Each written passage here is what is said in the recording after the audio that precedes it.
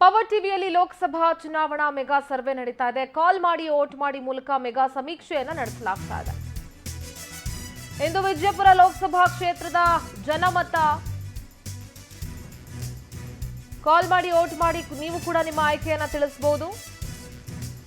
ಇಂದು ವಿಜಯಪುರ ಲೋಕಸಭಾ ಕ್ಷೇತ್ರದ ಸರ್ವೆ 8 ವಿಧಾನಸಭಾ ಕ್ಷೇತ್ರಗಳನ್ನು ಒಳಗೊಂಡಿದೆ. ವಿಜಯಪುರ ಸಂಜೆ 7 ಗಂಟೆಗೆ ಪವರ್ ಟಿವಿಯಲ್ಲಿ ನಿಖರ ಫಲಿತಾಂಶ ಹೊರಬೀಳುತ್ತೆ. ನೀವು ಕರೆ ಮಾಡಬೇಕಾಗಿರುವಂತಹ ಸಂಖ್ಯೆ 080060509999. ನನ್ನ ಕಲೀಗ್ ಪ್ರವೀಣ್ ಪವರ್ ಟಿವಿಯ ಎಲೆಕ್ಷನ್ ಸೆಂಟರ್ನಿಂದ ನೇರ ಸಂಪರ್ಕದಲ್ಲಿ ಜಾಯ್ನ್ ಆಗ್ತಾ ಇದ್ದಾರೆ. ಪ್ರವೀಣ್, ವಿಜಯಪುರ ಲೋಕಸಭಾ ಕ್ಷೇತ್ರದ ಚಿತ್ರಣ ಯಾವ ರೀತಿ ಇದೆ ಪ್ರವೀಣ್? ಎಸ್ ಸಿಂಧೂರ, ಮಾಧ್ಯಮ ಇತಿಹಾಸದಲ್ಲಿ ಪವರ್ ಟಿವಿ ಅತಿ ದೊಡ್ಡ ಲೋಕಸಭಾ ಸಮೀಕ್ಷೆಯನ್ನು ನಡೆಸ್ತಾ ಇದೆ. ನಾವು ಇವತ್ತು ಆಯ್ಕೆ ಮಾಡಿಕೊಂಡಿರುವಂತಹ ಕ್ಷೇತ್ರ ವಿಜಯಪುರ. ಈ ವಿಜಯಪುರ ಕ್ಷೇತ್ರದಲ್ಲಿ 8 ವಿಧಾನಸಭಾ ಕ್ಷೇತ್ರ ಬರುತ್ತೆ. 8 ವಿಧಾನಸಭಾ ಕ್ಷೇತ್ರದಲ್ಲಿ 6 ಕ್ಷೇತ್ರಗಳನ್ನು ಜೆಡಿಎಸ್ ಕಾಂಗ್ರೆಸ್ ಗೆದ್ಕೊಂಡಿದೆ. ಒಂದು ಬಿಜೆಪಿ ಗೆದ್ದಿದೆ, ಒಂದು ಜೆಡಿಎಸ್ ಗೆದ್ದಿದೆ. ಇಲ್ಲಿ ಹಾಲಿ ಸಂಸದ ಈ ಪವಿತ್ರ ರಾತ್ರಿ ಎಚ್ಚರವಾಗಿದ್ದು ಸ್ವಲ್ಪ ಅರಿವನ್ನ ಕಾಪಾಡಿಕೊಂಡರೆ ಇದು ನಿಮ್ಮ ಜೀವನದಲ್ಲಿ ಮಹತ್ತರ ಒಳಿತನ್ನು ತರುತ್ತೆ.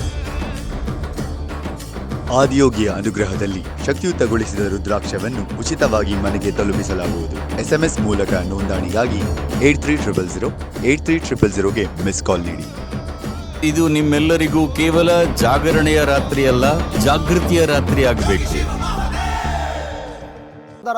ರಮೇಶ್ ಜಿಗಜಿಣಗಿ 1999ರಿಂದ 2019ರವರೆಗೂ ಕೂಡ ಇಲ್ಲಿ ಬಿಜೆಪಿಯ ಭದ್ರಕೋಟೆ, ಬಿಜೆಪಿನೇ ಲೋಕಸಭಾ ಎಲೆಕ್ಷನ್ ಅಲ್ಲಿ ಗೆದ್ಕೊಂಡು ಬಂದಿದೆ. ರಮೇಶ್ ಜಿಗಜಿಣಗಿ 3 ಬಾರಿ ಹ್ಯಾಟ್ರಿಕ್ ಆಗಿ ಅವರು ಲೋಕಸಭಾ ಎಲೆಕ್ಷನ್ ಅಲ್ಲಿ ಗೆದ್ಕೊಂಡು ಬಂದಿದ್ದಾರೆ. ಹಾಲಿ ಸಂಸದರು ಕೂಡ ಹೌದು. ಈಗ ಅವರಿಗೆ ಟಿಕೆಟ್ ಅನ್ನು ಅವರಿಗೆ ಬಹುತೇಕ ಅವರಿಗೆ ಕೊಡುವಂತಹ ಸಾಧ್ಯತೆ ಇದೆ.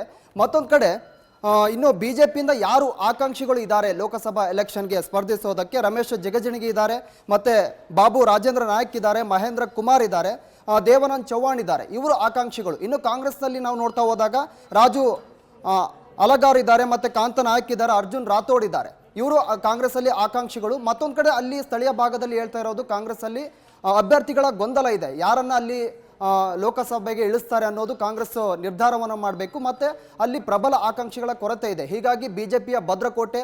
ಮತ್ತೊಂದು ಬಿಜೆಪಿಗೆ ಪ್ಲಸ್ ಏನಪ್ಪಾ ಅಂದ್ರೆ ಅಲ್ಲಿ ರಮೇಶ್ ಜಿಗಜಿಣಗಿ ಆ ಭಾಗದಲ್ಲಿ ಅಭಿವೃದ್ಧಿ ಕಾರ್ಯಗಳನ್ನು ಮಾಡಿದ್ದಾರೆ. ಅಭಿವೃದ್ಧಿಗೆ ಸಾಧನೆಗಳನ್ನು ಇಟ್ಕೊಂಡು ಮತವನ್ನು ಕೇಳ್ಬೋದು. ಮತ್ತೊಂದು ಕಡೆ ಮೋದಿ ಅಲಿ ಹೆಚ್ಚಾಗಿದೆ ಅಲ್ಲಿ. ಮತ್ತೊಂದು ಬಿಜೆಪಿಯ ಒಂದು ಭದ್ರಕೋಟೆ ಮತ್ತು ಆ ಒಂದು ಸಂಘಟನೆ ಕೂಡ ಪ್ರಬಲವಾಗಿರುವಂಥದ್ದು. ಹೀಗಾಗಿ ಅಲ್ಲಿ ಬಿಜೆಪಿಯಿಂದ ಇವರು ರಮೇಶ್ ಜಿಗಜಿಣಗಿ ಅವರು ಸ್ಪರ್ಧೆ ಮಾಡಬಹುದು. ಈಗ ಸದ್ಯಕ್ಕೆ ನಾವು ಟ್ರೆಂಡ್ ಅನ್ನ ಗಮನಿಸ್ತಾ ಹೋದಾಗ ಹೆಚ್ಚು ಕರೆಗಳು ಬರ್ತಾ ಇರೋದು ಬಿಜೆಪಿಗೂ ಬರ್ತಾ ಇದೆ, ಕಾಂಗ್ರೆಸ್ಗೆ ಬರ್ತಾ ಇದೆ. ಸದ್ಯಕ್ಕೆ ಏನಪ್ಪಾ ಅಂದ್ರೆ ಪ್ರಬಲ ಪೈಪೋಟಿ ನಡೀತಾ ಇದೆ, ಜಿದ್ದು ನಡೀತಾ ಇರುವಂತದ್ದು. ಓಕೆ ಪ್ರವೀಣ್, ಧನ್ಯವಾದ ನಿಮ್ಮೆಲ್ಲ ಮಾಹಿತಿಗಾಗಿ.